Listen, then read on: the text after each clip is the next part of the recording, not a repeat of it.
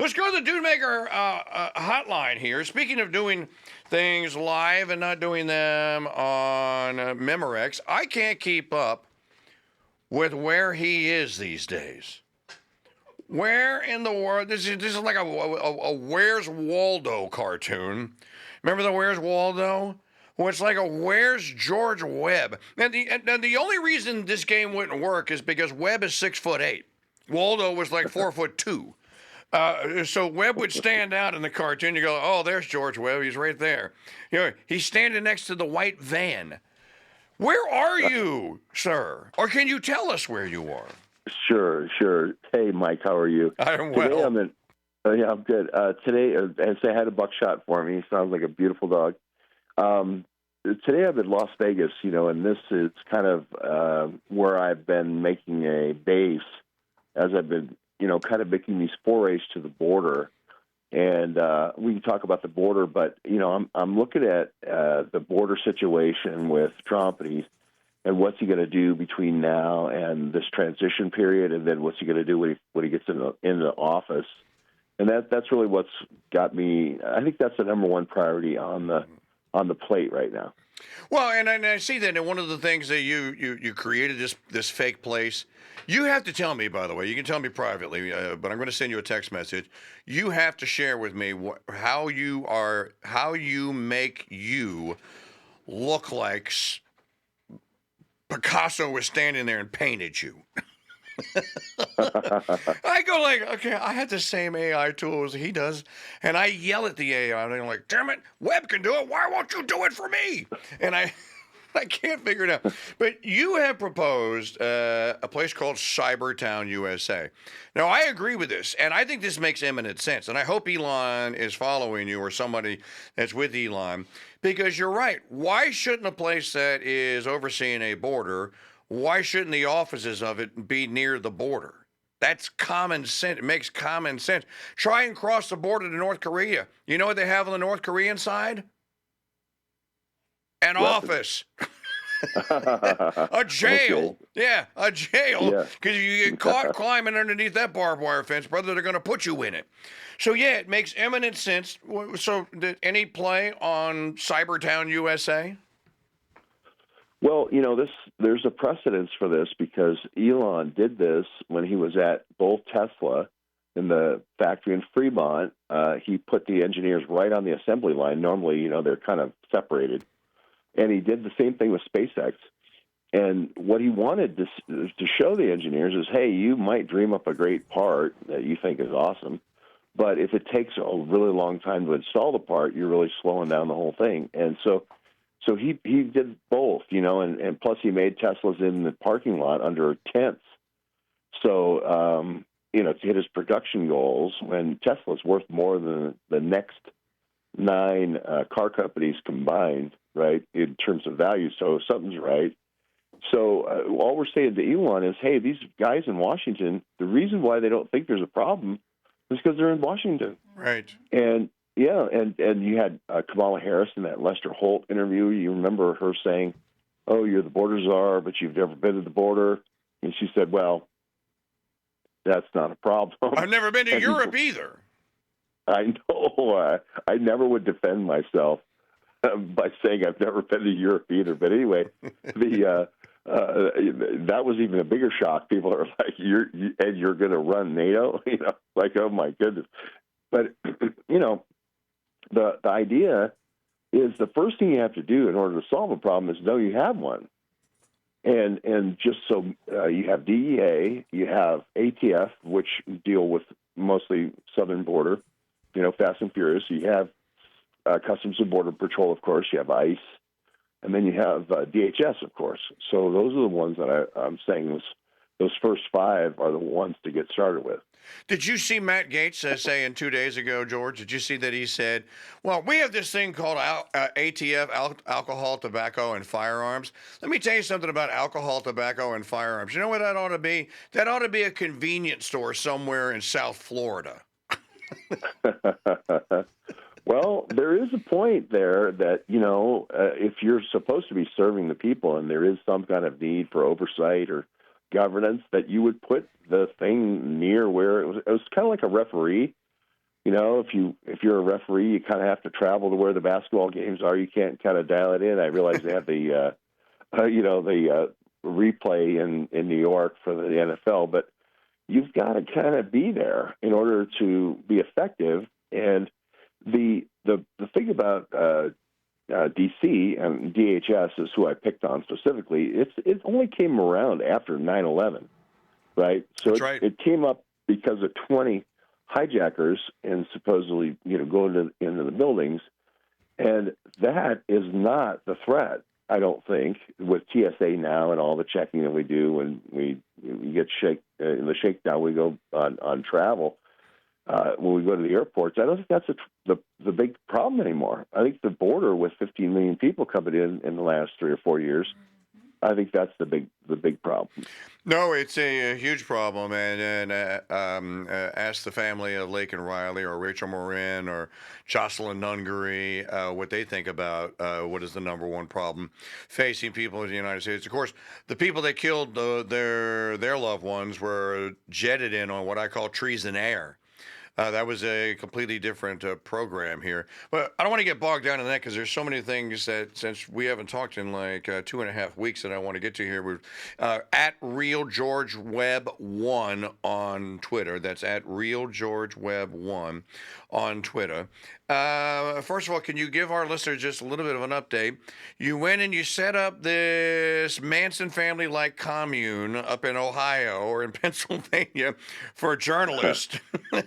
Without the Mansons. Is that still a thing? Is that still a thing? Are we still trying to recruit Elon? No, we wanted him to come to the border. We're on the border there between Michigan and Ohio. Right.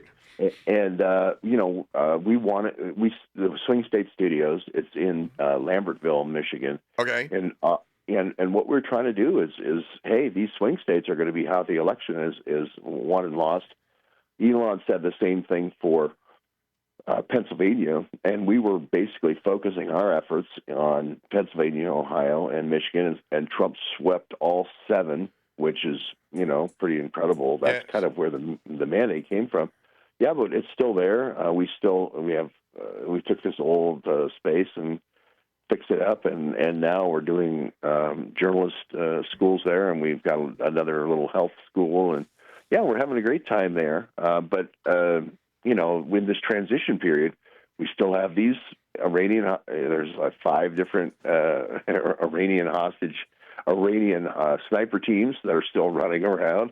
So we're still trying to run around there. We've got Antifa snipers that we still haven't run down since the July 13th. So I'm chasing news, but we still have a school on the border of Michigan and Ohio. Fantastic! I had to get up there and christen and open the radio broadcasting school part.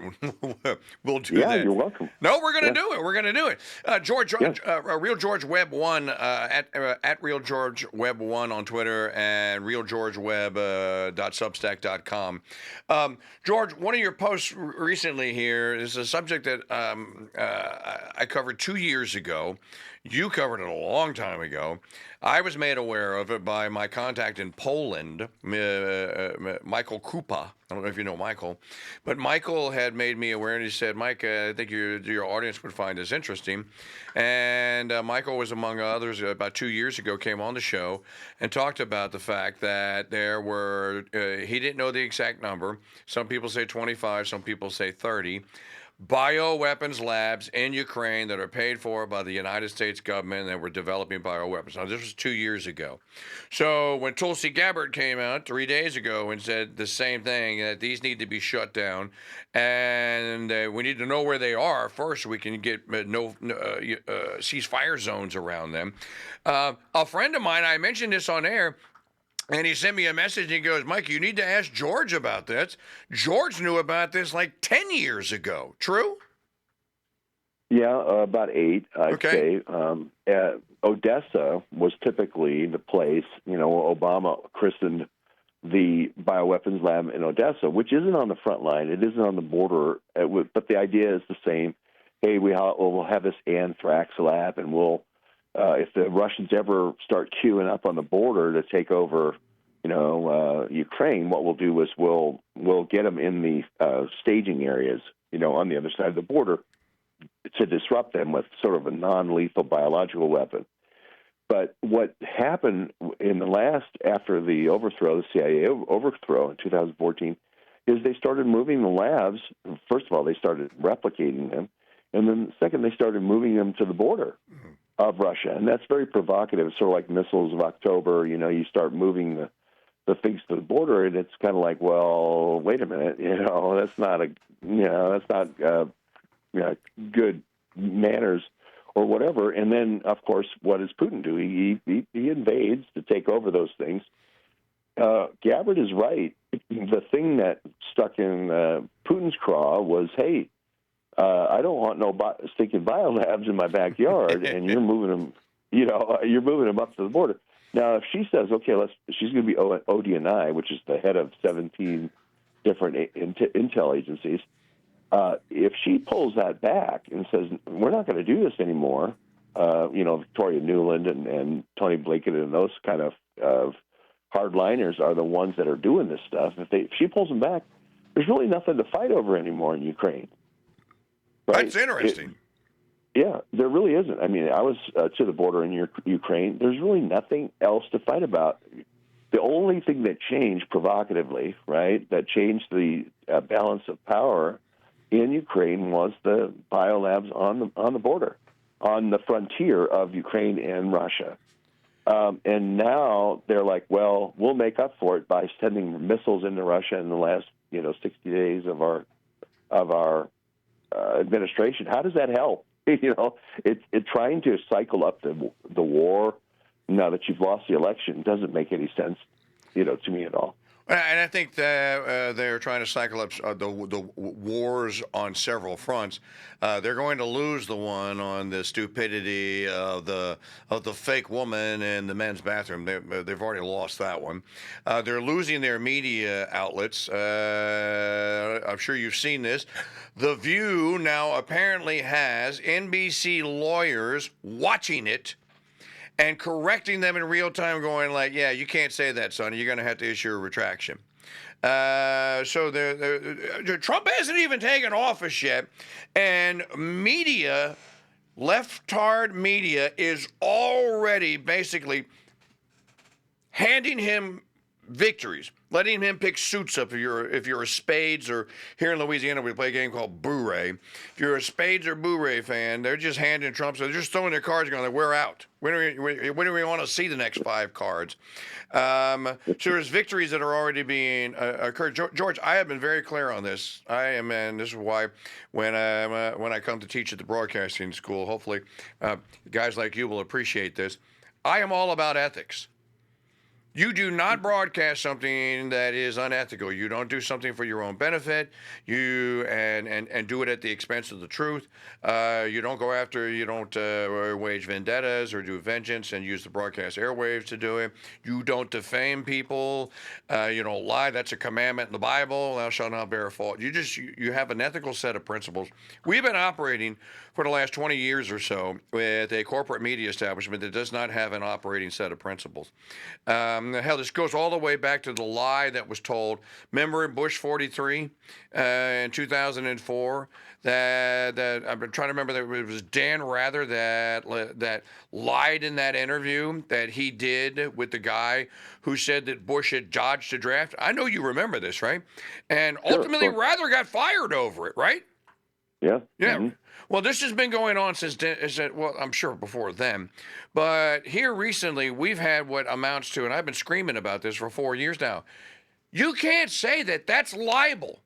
You just libeled him. Well, finally, Trump has now sued 5 news agencies for $10 billion in damages for defamation and for libel. So to me, the fact that NBC has someone watching The View going like, all right, got to do a legal on that, girls. You can't say that, Sonny.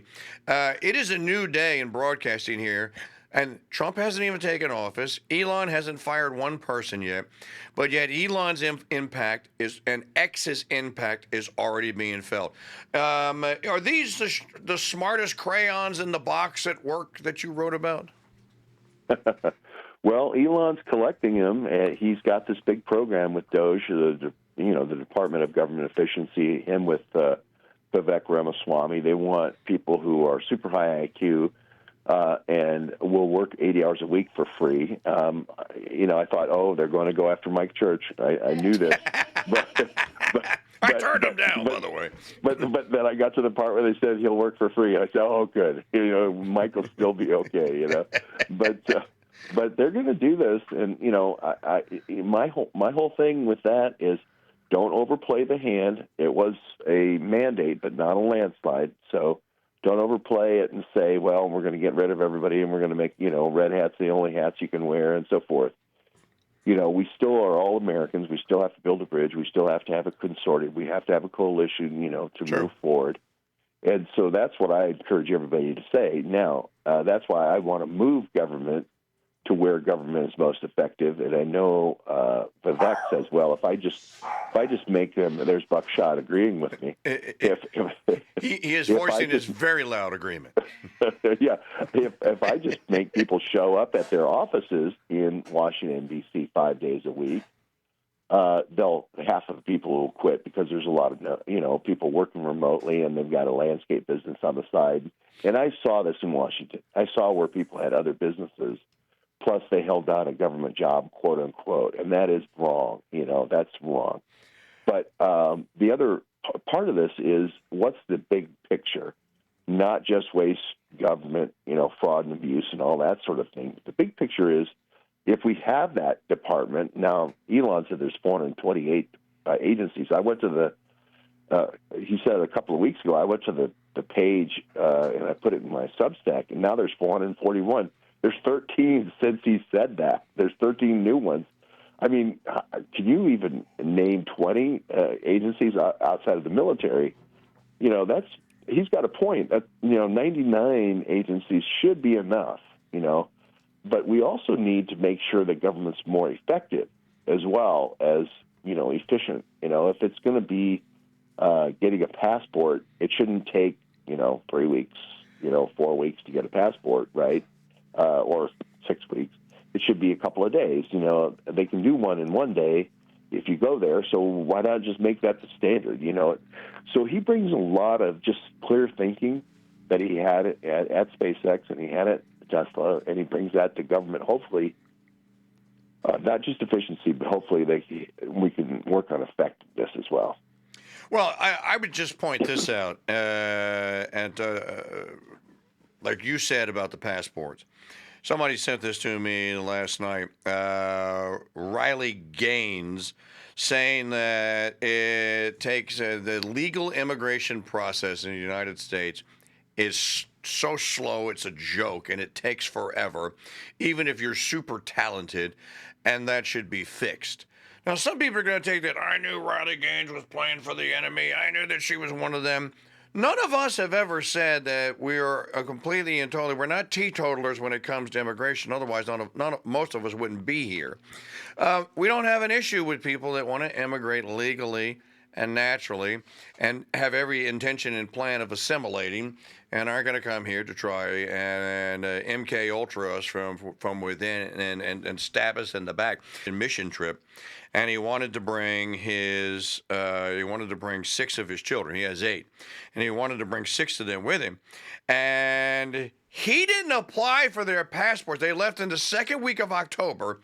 He didn't apply for their passports until the first week in September. And I told him, I said, dude, I said, Philip, there's no way those kids are going to get the passports. That is not how that office works. It is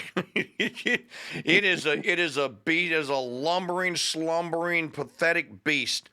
And I told him, I said, but there is another way. And he took my advice, and this is what he ultimately wound up doing. I said, when it comes to like 10 days and you still don't have them, call your congressman, Steve Scalise's office, and tell them that you need those passports and that you made the application. And that's something your congressman actually can do for you. And he actually will do that for you. And that's what happened. So, Congressman Scalise actually intervened, and they had to go somewhere in New Orleans. I forget where, but they ultimately got their passports in time. So you're right about the passports. And Riley Gaines says legal immigration to America is ridiculously slow and difficult, even for super talented people, needs to be fixed. Now, I don't disagree with that. Do you disagree with that? No, I worked on the Dreamer bill, and Mark Short was in the first Trump administration, and Trump almost had a deal. And I was talking with, I knew the Schumer people, and if the Dreamers they've been in the country more than 5 years, and they speak, perfect English, and they were all kids in high school and so forth.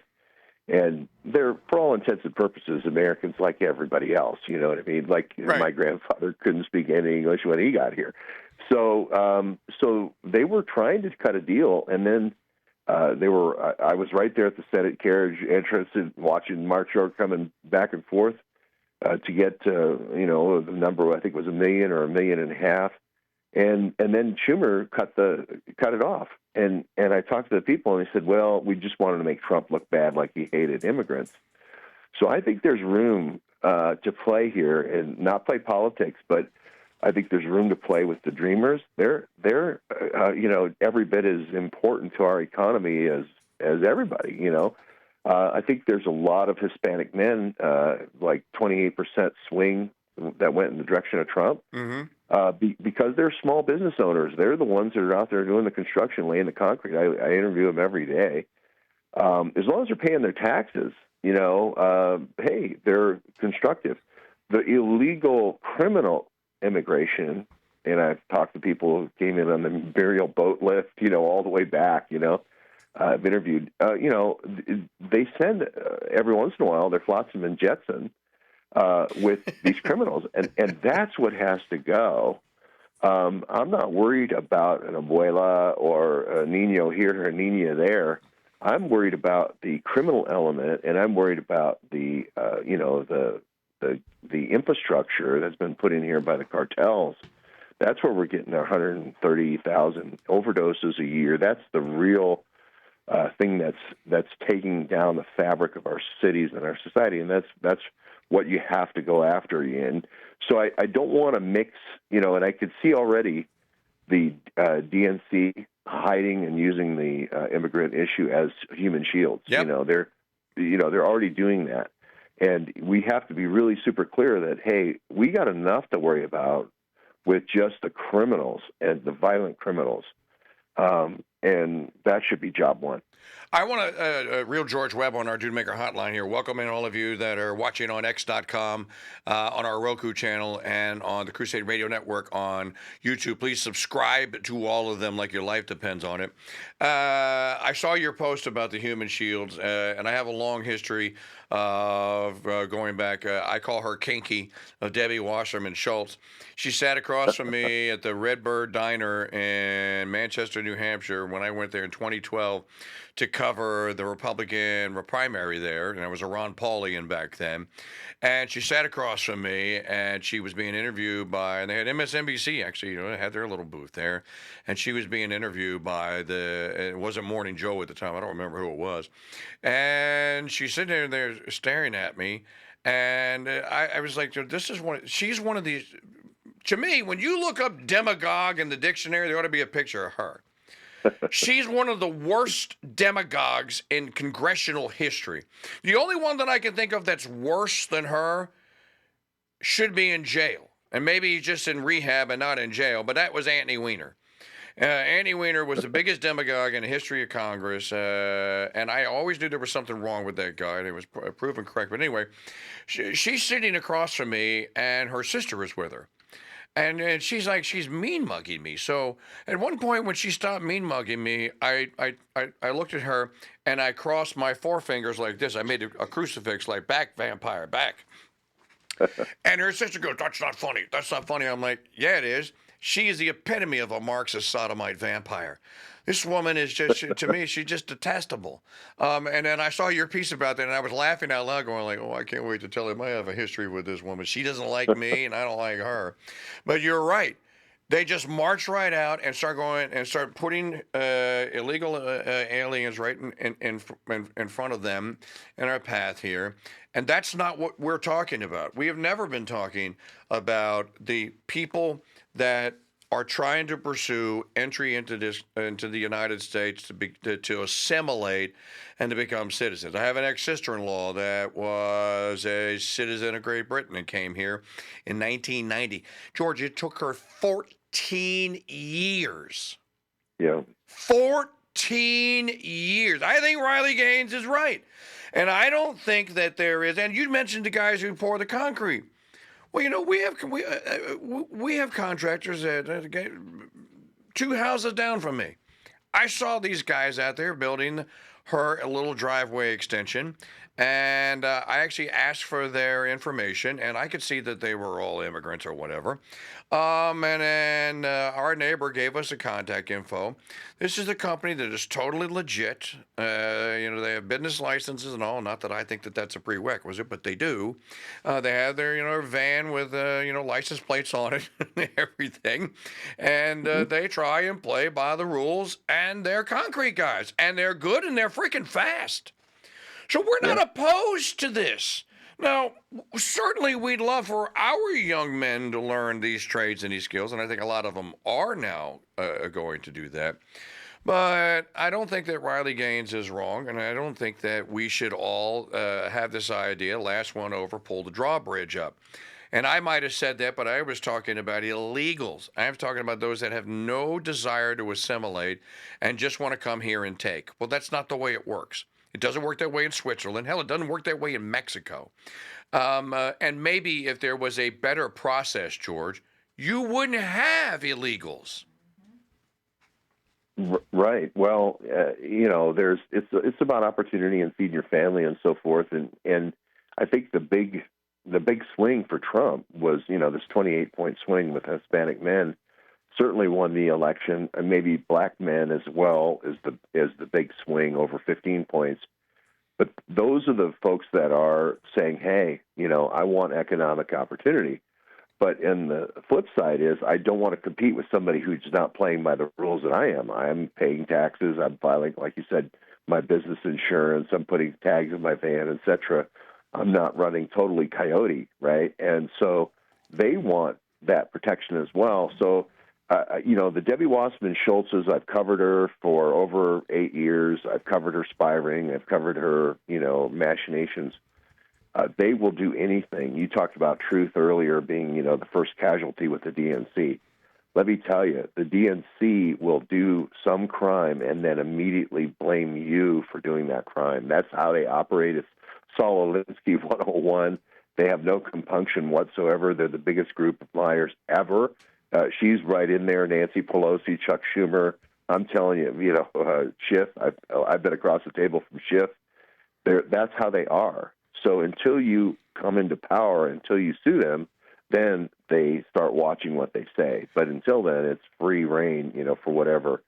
And so I'm just saying that we have to make sure that we don't overplay the hand, that we look at these, number one, 14 years to get into the country, forget it. That's, if people are going to go over the border, and be here illegally for 14 years in that same period, what difference, So it should maybe be a month, maybe let's say 2 months or maybe 6 months trial period, and then you go to a citizenship. But that is how you get taxpayers. We have a declining birth rate. Birth rate went down another 3% last year. We need workers. Who else is going to build our buildings and do all the things that we want to do? Well, I would want to add one more thing to this discussion about immigrants and about the illegals and about the cartels, because you mentioned it. Jack Posobiec and others were all excited the other day on X.com when it was revealed that SecDef, Pete Hegseth, had met with Homan and with someone else with Trump, and they were talking about how they could use military assets to deal with some of the illegals and the drug smuggling and the cartels. So, of course, I wanted to raise my hand and go, welcome to the, I'm like Bruce Willis in Die Hard, welcome to the party, pal. Welcome you to the party.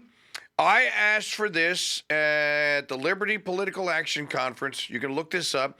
In 2014, the last year that Ron and Rand Paul had their conference, I was one of the speakers, and the speech I delivered was on the congressional power of what's in the Constitution called letters of marque and reprisal. And at that time, George, I was talking about let's end this stupid war on terror that's getting so many people killed, keeping our boys in harm's way. Let's bring the troops home. If you really need to deal with this thing called ISIS, if it really is a threat, and ISIL and Al Qaeda, but not to be confused with Gal Qaeda, that's run by Debbie Wasserman Schultz and other angry, ugly American women. That's a different terrorist organization. But if you really want to deal with this, here's how you deal with this. And Congress doesn't have to declare war. Congress would issue a letter of marque and reprisal against Al Qaeda or against ISIL. So let me update this because I said this 3 years ago when we were talking about the Sinaloa cartel. So I have a friend who lives in Liberty, Texas, and he told me, Mike, the cartel just owns this entire neighborhood where those people were killed. You remember the 4 people, the 5 family members that were killed in Texas? That's the Sinaloa cartel. And so I repeated my speech from 2014. I did a lot of research into that. All Congress has to do, and by the way, Congress did this. Last time they did this was in 1943. And they actually gave the Goodyear blimp a letter of marque and reprisal to blow German U-boats out of the water if they saw them from the sky. True story.